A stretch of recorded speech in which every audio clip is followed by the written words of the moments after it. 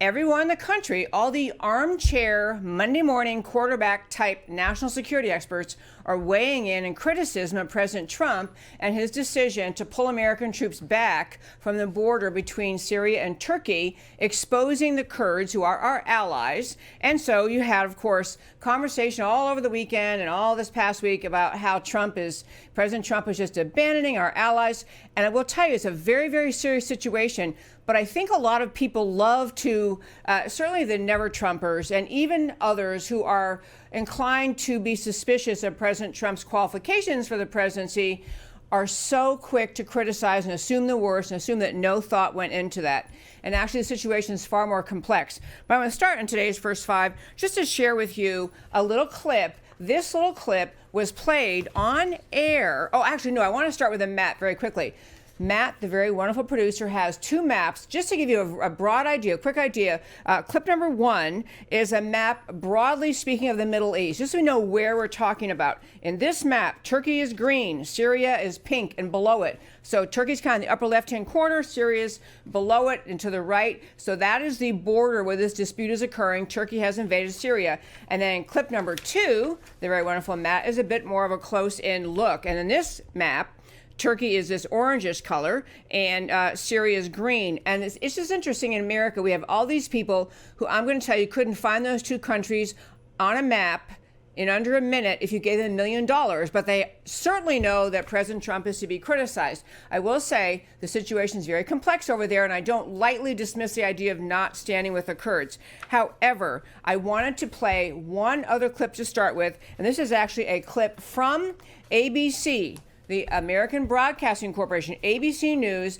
This is clip 3, the very wonderful Matt.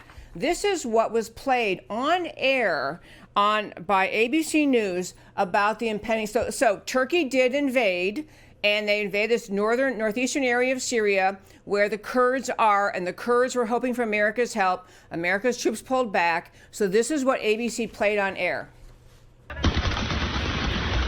This video, obtained by ABC News, appears to show the fury of the Turkish attack on the border town of Tel Aviv. Tonight, the expanding march of war in Syria.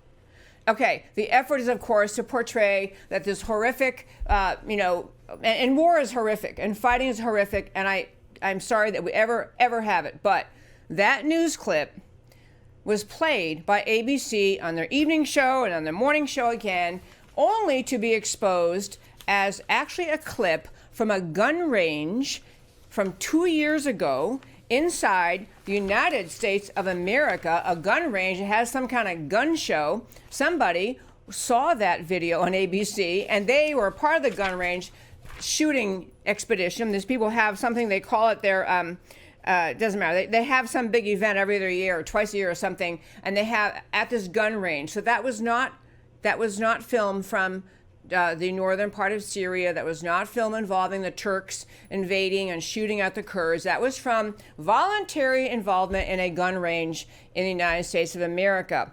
What I would love is to have ABC, they did pull it down and say, hey, I don't know how that happened.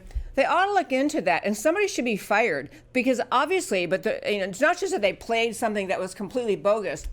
It is that why they did that is to continue to feed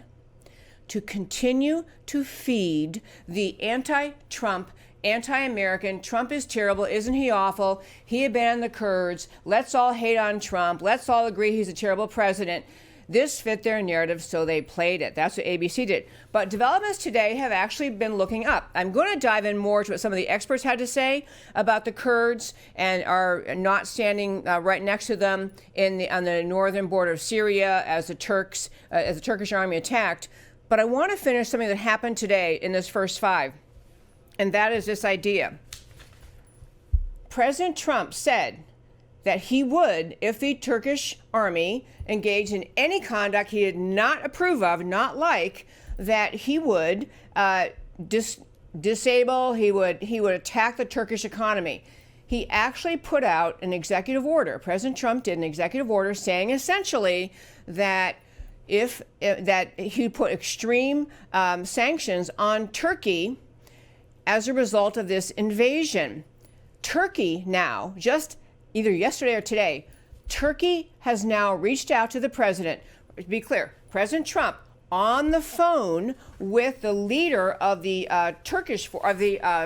Kurds forces, the American allies of Kurds, President Trump on the phone with the Kurds leader and discussing with him the situation, what's really going on in Syria, what's really going on in the Turkish army attacking northern Syria. So Trump's been on the phone with Kurdish General Mazlum Kobani Abdi. And then Trump, heard from the truly jihadist leader of the country of Turkey, the jihadist leader of the country of Turkey, who is President Erdogan. Erdogan called Trump today, or yesterday, not sure where this timing is, yesterday or today. Erdogan called Trump and said, actually, could you help us get to peace negotiations with the Kurds? So instead of Trump having just, foolishly emboldened the Turkish leader, Trump's actions of both pulling back our own troops, so saving American lives, but also at the same time putting on sanctions on Turkey, and also some of the European Union allies are talking about sanctioning Turkey. Turkey doesn't want to be in that position. They may be jihadist. I mean, the leader of Turkey, Erdogan, has said numerous times recently he's still all for an Islamic caliphate. He is working toward an Islamic caliphate. He's not a nice guy. But the Turkish president called Trump and said, please help us negotiate with the Kurds in getting to a settlement. One more clip now. Vice President Pence spoke outside the White House this morning, talking to reporters about the conversation between Trump and Erdogan. Here is Vice President Pence. President Trump was very direct with President Erdogan on that point and received a firm commitment from President Erdogan that there would be no attack against the city of Kobani. Today, the president also met with Senator Lindsey Graham, who was present when the president signed an executive order implementing a new range of sanctions against Turkey. But again, to be very clear, the president of the United States called on the president of Turkey to stop the invasion, to enact an immediate ceasefire, and to begin negotiations with Kurdish forces in Syria.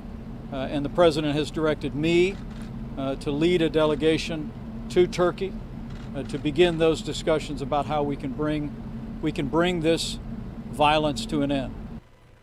And there you have Vice President Pence. So at least as where it stands today, the Turkish government, Erdogan, seems to want to get to the negotiating table with the Kurds, asking for America's assistance. So this is, at least at this point, has had a good outcome. And that, I guess, is to wraps up today's First Five, is where we are on this story of the armchair national security experts weighing in, criticizing President Trump. At least as of today, it seems to be going well. And that is today's First Five.